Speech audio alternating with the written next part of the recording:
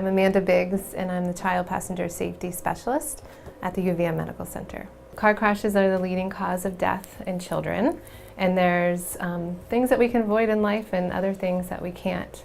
So when we are installing car seats, we want to make sure they're properly installed so your child is more protected in the event of a collision. When I'm meeting with parents, most often car seats are not installed correctly, and there's a national statistic that 4 out of 5 car seats are not installed properly.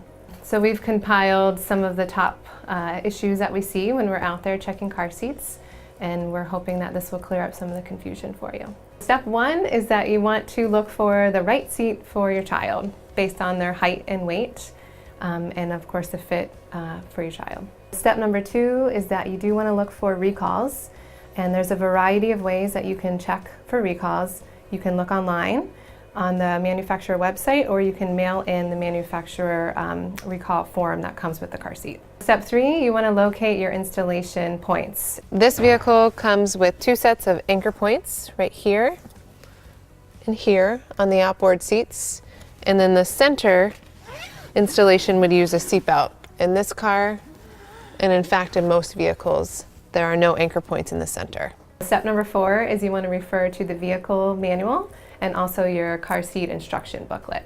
Number 5 is that you want to choose a method of installation, either seatbelt or lower anchors. So installing it using the lower anchors, you want to locate the anchors and attach the anchor hooks to the seat.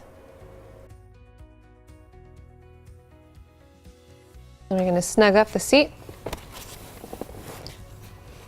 Or you could choose to use the seatbelt, and you would route the seatbelt through the path, connect it, and also pull it tight. And either use the lock-off feature on your car seat or lock the seatbelt. And then number 6 is you want to check your installation. And we want to shake it side to side. It should move less than an inch, and also front to back less than an inch.